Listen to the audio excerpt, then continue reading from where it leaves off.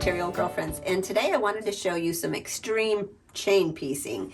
So I have this little pattern right here. It's called Shamrock bite-sized block, and as you can see, I've got all my little blocks already cut and already laid out.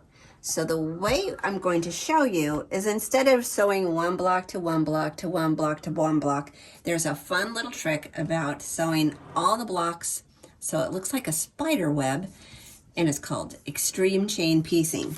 So I've got all my pieces ready. I've got my shamrock pieces done, and I'll show you how we're going to start. The first thing that you're going to want to do is lay out your squares exactly how it's going to look when you're done. And then we're going to stack our squares.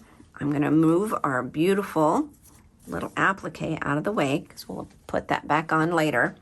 You're going to start by taking the first block in the first row, stack it on the second block in that first row, and you're just going to continue stacking all the way down.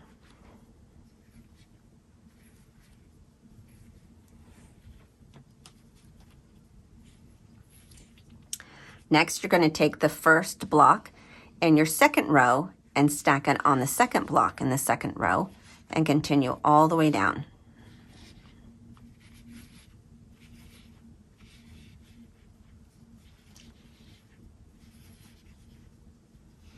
We're going to do it with the third row. First block on top of the second block on top of the third, and we're stacking that row all the way down.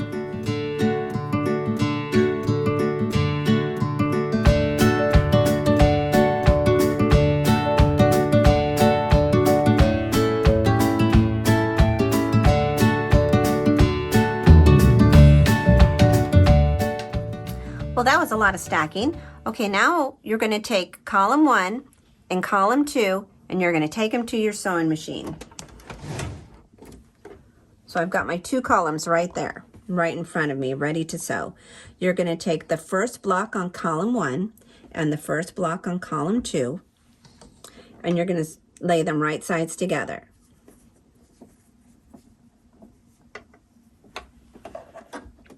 Oh, I forgot my leader. We're going to use this as a leader. It's helpful to use a leader, also called a bunny tail, and the reason is it reminds you of which is the top. So you're going to sew right through your leader, don't break the thread, and you're going to chain piece through the first 2 blocks. Now you're going to grab the second block in column 1 and column 2, put those right sides together, and without breaking that thread, keep chain piecing.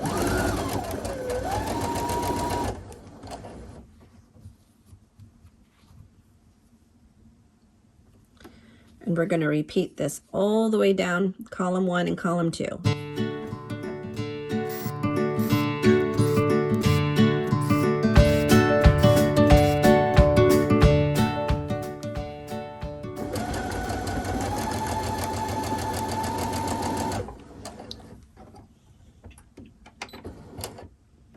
All right, I just finished pairing column 1 and column 2, so I'm going to break my thread, and I'm bringing my rows back to the beginning to where I sewed on that leader.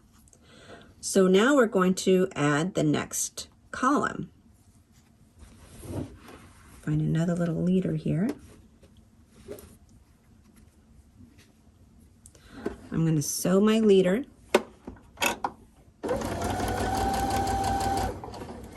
I'm going to go to the board and I'm going to get column 3. So this is my column 3. When you open your 2 columns, it's kind of like you're looking at a book. You've got the left side and the right side. You're going to be adding your 3rd column to that right side, just like that. And don't break your thread from your leader. Go ahead and chain piece.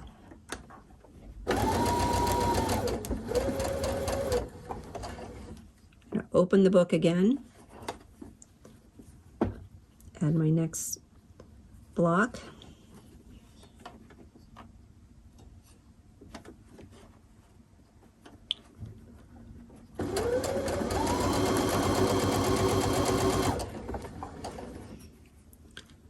I'm going to do this all the way down columns 1 and 2, just adding the next block on the stack from column 3, just as if I was opening a book and adding the next block.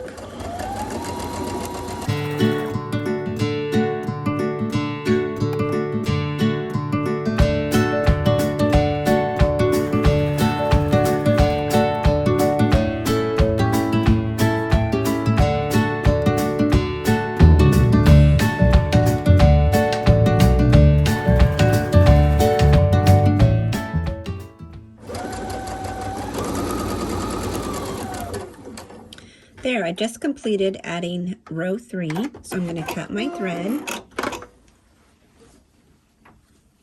I'm going to get myself a new leader. There we go.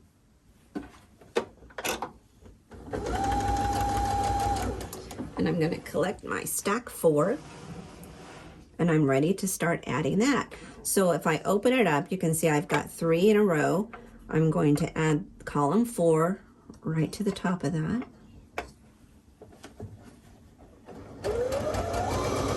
And without breaking threads, I'm going to continue to add row 4.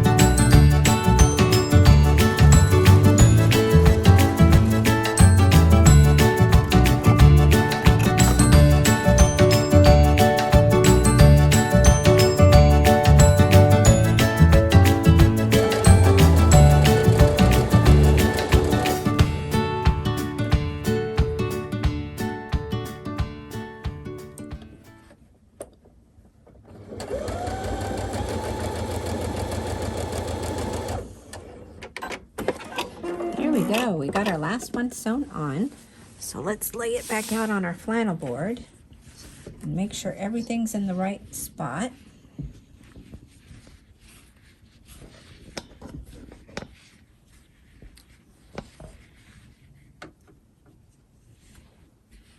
Oh, looks right.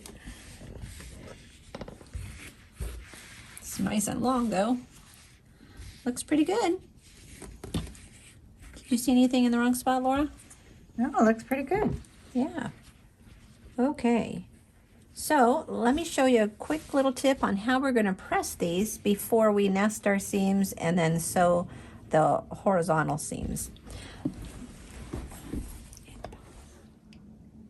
Okay, so I have my Shamrock block extreme pieced, and I'm ready to press the seams in my horizontal rows before sewing the rows together. So my trick is, when you're pressing your seams, if you were trying to do them left and right, I mean, your iron's too big, it's never going to fit well. So this is the trick. You're going to hang your block off the edge. Hopefully it won't fall on me this time. And then just by giving it a little bit of a tug, you're just going to use the side of the nose of your iron to press those seams in one direction. Then we're going to raise it up to the next one. And you're going to press your seams with the nose of your iron going in the opposite direction. And you're just holding the end of that row just to keep it a little bit tight so you don't get that overlap, you know, that happens when the seams aren't pressed real flat. And you're just going to continue each of the rows until you're done. All right, after I've pressed my seams going in alternate directions, I'm ready to sew the horizontal seams. And it is quick and easy now that everything is pressed, because it is very quick to just nest your seams and then just keep going. So just line it up. Let me get my thread long enough. You can pin this if it makes you nervous not to nest every single one, but you can nest it with your fingers.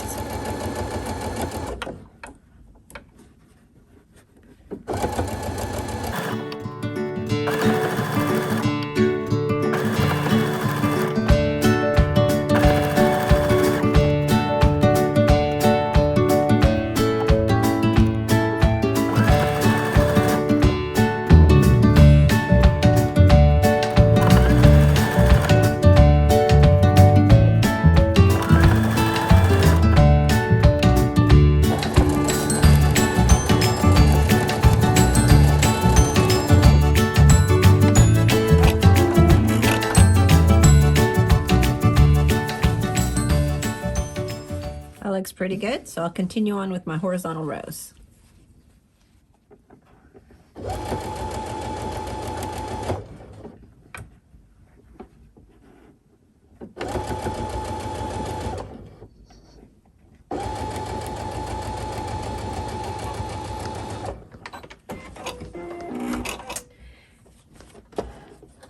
There you go. Looks very cute. So I need to press it, and that will be a 12.5-inch square. So after I have it pressed, I can add the my fusible applique pieces. I would just fuse those on, do a little blanket stitch around it, and it's ready to quilt. Well, thank you very much for hanging out with me for extreme chain piecing. I'm Lisa Norton from Material Girlfriends.